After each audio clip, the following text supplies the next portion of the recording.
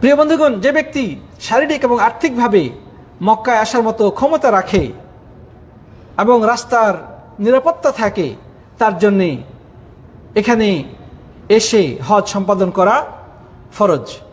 কেউ যদি এই ফরজিয়াত পালন না করে এবং দুনিয়া থেকে বিদায় গ্রহণ করে, তাহলে তার কাঁধে একটি ফরজিয়াত থেকে গেল এবং সে এই দায় নিয়ে দুনিয়া থেকে চলে গেল। এই জন্য ওলামায়ে কেরাম বলেছেন যে তার পরিত্যক্ত সম্পদ থেকে একজন এমন ব্যক্তিকে দিয়ে হজ করাতে হবে যে নিজের হজ আগে করেছে। অর্থাৎ হজ ফরজ হওয়ার পরেও যদি কোনো সামর্থ্যবান ব্যক্তি হজ না করে মৃত্যুবরণ করে, তাহলে তার পরিত্যক্ত সম্পদ থেকে হজ করাতে হবে, কারণ এটি আল্লাহর হক, এটি আল্লাহর হক। ওমর ইবনে খাত্তাব রাদিয়াল্লাহু আনহু বলেছেন, আমার তো ইচ্ছে হয় যে রাজ্যের সর্বত্র আমি লোক নিয়োগ দেই, তারা যেন খুঁজে খুঁজে দেখে যে কাদের উপর হজ ফরজ হয়েছে কিন্তু হজ করে না।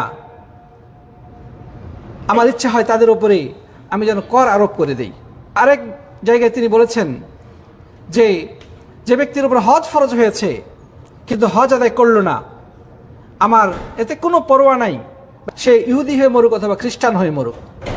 প্রিয় সাথী বন্ধুগণ, আল্লাহ নবী সাল্লাল্লাহু আলাইহি ওয়াসাল্লাম আরেকটা হাদিসে বলেছেন, হে মানুষেরা, আল্লাহ তোমাদের জন্য হজ ফরজ করেছেন, অতএব তোমরা কি করো?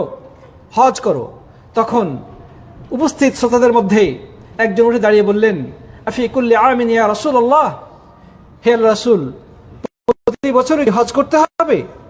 আল্লাহ নবী সাল্লাল্লাহু আলাইহি ওয়াসাল্লাম চুপ থাকলেন।